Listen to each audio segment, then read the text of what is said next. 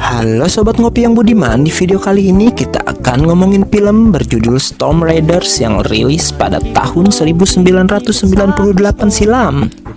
Film ini dibintangi oleh Ekin Cheng dan juga Aaron Kwok. Bahkan dulu saking ngetopnya film ini sampai dibuat TV seriesnya loh.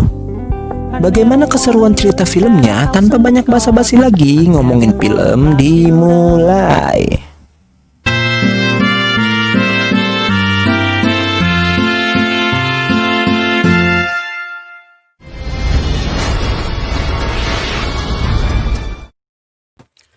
Di awal film, kita akan dibawa ke sebuah klan bela diri yang dinamakan dengan klan penakluk. Pria ini bernama Lord Conquer, pemimpin dari klan tersebut. Hari itu dia mengundang seorang pria yang dijuluki dengan sebutan Buddha Lumpur untuk meramalkan masa depannya. Lord Conquer pun menanyakan tentang duel yang akan dilakukan dengan saingannya yang dijuluki Pedang Sain. Namun, Buddha Lumpur berkata duel itu harus diundur selama 10 tahun karena waktu untuk mengalahkan Pedang Sain belum tiba saat itu. Buddha Lumpur pun memberi gulungan kertas yang tertulis, ketika angin dan awan bergabung, maka ikan dengan sisik emas pun akan berubah menjadi seekor naga. Dia lalu berkata bahwa kelak jika Lord akan mempunyai 2 orang murid yang bernama Angin dan Awan. Pada saat angin dan awan bersamanya, maka setengah kehidupan Lord Conquer tidak akan terkalahkan, dan klan penakluk pun akan menjadi klan nomor 1 di dunia persilatan. Namun, ramalan setengah kehidupan lagi hanya bisa diketahui jika Lord bisa membuka kode kotak ajaib yin dan yang diberikan oleh Buddha Lumpur. Karena ramalan itulah, kemudian Lord meminta paksa anak-anak penduduk untuk masuk klan penakluk, guna mencari angin dan awan tanpa dia tahu ramalan apa yang akan terjadi di setengah kehidupannya lagi.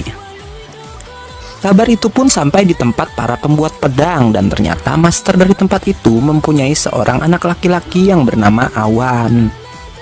Dia pun lalu meminta pada para anak buahnya untuk merahasiakan keberadaan Awan. Di lain tempat, tampak seorang pendekar pedang bernama Pangeran Bisikan sedang menggendong anaknya yang bernama Angin menuju patung Buddha besar yang ada di sana. Pendekar itu datang ke sana untuk berduel dengan Lord Conquer. Sebenarnya mereka sudah berduel sebelumnya karena Lord menginginkan pedang salju yang dimiliki olehnya. Namun Pangeran Bisikan yang saat itu sudah pensiun dari dunia persilatan berkata dia telah mengubur pedangnya di suatu tempat. Terjadilah duel menggunakan pedang bambu. Pangeran Bisikan kalah dalam duel itu. Lord memintanya duel ulang dengan syarat dia membawa pedang saljunya. Sebagai jaminan agar Pangeran Bisikan mau menerima duel itu, Lord Conquer pun membawa istrinya sebagai jaminan. Duel kedua pun akan dimulai. Di sana juga datang istri dari Pangeran Bisikan yang berkata dia senang hidup bersama Lord Conquer. Tanpa diduga, Lord selama ini hanya menjadikannya sebagai pemuas nafsu belaka. Wanita yang kecewa dan malu itu pun pergi dari sana dan bertemu dengan Angin. Setelah berbincang sebentar, ia lalu bunuh diri dengan cara melompat dari atas patung Buddha itu. Duel terjadi antara Lord melawan Pangeran Bisikan. Pertarungan menggunakan pedang itu berjalan imbang hingga akhirnya keluar sesosok monster api dari dalam gua yang menarik Pangeran Bisikan ke dalam sarangnya. Kejadian itu pun terjadi tepat di depan mata Angin yang kemudian dibawa oleh Lord ke klan penakluk. Scene berpindah lagi ke tempat pembuat pedang. Tampak di sana terjadi pembantaian yang dilakukan oleh klan penakluk. Karena diperintahkan Lord untuk mengambil anak bernama Awan dan sebuah pedang yang dijuluki pedang utama. Semua orang tewas termasuk master ayah dari Awan. Kejadian itu membuat Awan kehilangan ekspresi dan menjadi orang yang dingin. Dia pun lalu dibawa ke klan penakluk. 10 tahun telah berlalu sejak saat itu. Di sana tampak ketiga murid utama Lord, yaitu Angin, Awan, Salju, dan anak perempuannya yang bernama Welas telah beranjak dewasa. Terbukti ramalan Buddha Lumpur menjadi kenyataan. Saat itu klan penakluk telah menjadi klan terbesar di dunia persilatan dan hanya menyisakan satu saingannya, yaitu Pedang Sain yang belum dikalahkan oleh Lord Conquer.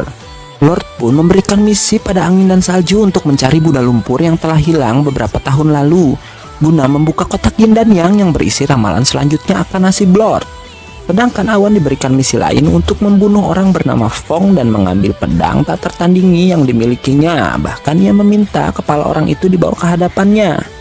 Di lain tempat, tampak seorang kakek dan gadis kecil yang terjebak di tengah konflik antara seorang biksu dengan segerombolan orang yang dipimpin lelaki muda bernama Ming, putra dari Fong, yang berniat mengambil paksa monyet api yang dibawa oleh biksu itu. Hingga tak lama salju dan angin yang menginginkan monyet api itu juga datang. Karena untuk bisa menemukan Buddha lumpur diperlukan seekor monyet api. Pertarungan pun terjadi, salju dan angin bisa mengalahkan Ming dan anak buahnya. Bahkan angin bisa mengalahkan biksu itu, tapi sangat disayangkan monyet api kabur dari tempat itu. Setelah semua selesai, angin tampak kecewa karena menganggap misi mereka gagal. Tapi ternyata salju menyadari bahwa orang tua yang terjebak di lokasi pertarungan adalah Buddha lumpur yang sedang menyamar. Di kota tak tertandingi, Fong sedang mengadakan pesta meriah untuk merayakan ulang tahunnya. Tanpa ia sadari, Awan dan 2 orang anak buahnya juga ada di sana menunggu waktu yang tepat untuk membunuh Fong. Tiba malam harinya, Awan berhasil membunuh Fong dan membawa kepalanya. Dia bahkan membantai seluruh orang di kota itu hingga di pagi hari Ming terkejut ketika datang dan melihat banyak mayat bergelimpangan. Dia pun akhirnya meminta bantuan biksu untuk membalas dendam pada klan penakluk. Lalu mereka semua pergi meminta bantuan pada pedang Sain yang ternyata adalah paman dari Ming sendiri. Sementara angin dan salju yang membawa Buddha lumpur mencarikan orang tua angkat untuk gadis kecil yang selalu bersama Buddha lumpur. Saat telah mendapatkannya, tiba-tiba Buddha lumpur diculik seseorang yang ternyata adalah Lord Conquer sendiri. Lord memerintahkan Buddha lumpur membuka kotak yin dan yang. Setelah kotak terbuka, ternyata ramalan selanjutnya adalah bahwa Lord akan dihancurkan oleh muridnya sendiri yang tak lain adalah angin dan awan. Mendengar itu, Lord yang angkuh pun berkata bahwa dia akan merubah dan menentukan nasibnya sendiri. Sekembalinya angin, awan, dan salju dari misi mereka, tanpa diduga Lord memberikan pengumuman bahwa Welas putrinya akan dijodohkan dengan angin. Di sini terbongkar jika Welas menyukai angin dan awan. Ternyata keputusan itu membuat awan kecewa karena awan sangat mencintai Welas. Di tempat lain tampak beberapa penduduk yang meminta bantuan pada seorang pria bernama Tabib Yu. Mereka memohon agar sang tabib mau menjadi juru bicara mewakili mereka semua untuk menemui Lord Conquer karena klan penakluk meminta pajak yang terlalu tinggi kepada warga. Tabib Yu pun menyetujuinya. Dia dan putrinya yang bernama Muse berkata akan pergi ke klan penakluk dan menghadap pada Lord Conquer. Tapi sebelum itu tiba-tiba lengan kiri Tabib Yu tampak memerah dan mengeluarkan asap. Sesampainya di klan penakluk, Tabib Yu dan Muse dilarang masuk karena mereka tidak memiliki undangan pernikahan yang digelar hari itu. Beruntung tangan kanan Lord yang dipanggil dengan sebutan Badut mengenalinya dan mengizinkan mereka masuk. Tak lama, Ming beserta biksu dan anak buahnya datang mencari Lord Conquer. Setelah Lord muncul, Ming lalu memberikan surat dari pedang Sain yang berisi tantangan duel yang telah tertunda selama 10 tahun di antara mereka. Akhirnya, Welas masuk sebagai pengantin wanita, namun tak lama Awan datang dan membawa Welas bersamanya. Tak terima calon istrinya dibawa oleh Awan, pertarungan pun terjadi antara angin dan awan. Pertarungan sengit terjadi hingga terjadi getaran hebat di klan penakluk. Lord Conquer berencana mencerang Awan secara diam-diam, tapi Welas melindunginya dan terkena jurus dari ayahnya sendiri hingga Welas pun harus tewas di tangan Lord Conquer. Semua orang bersedih termasuk Lord yang sebenarnya sangat menyayangi anaknya itu. Awan pun lalu membawa tubuh Welas ke sebuah klan yang memiliki mutiara es yang bisa mengawetkan tubuh orang yang telah mati. Yang saat itu mereka pakai untuk mengawetkan tubuh ayah dari pemimpin klan.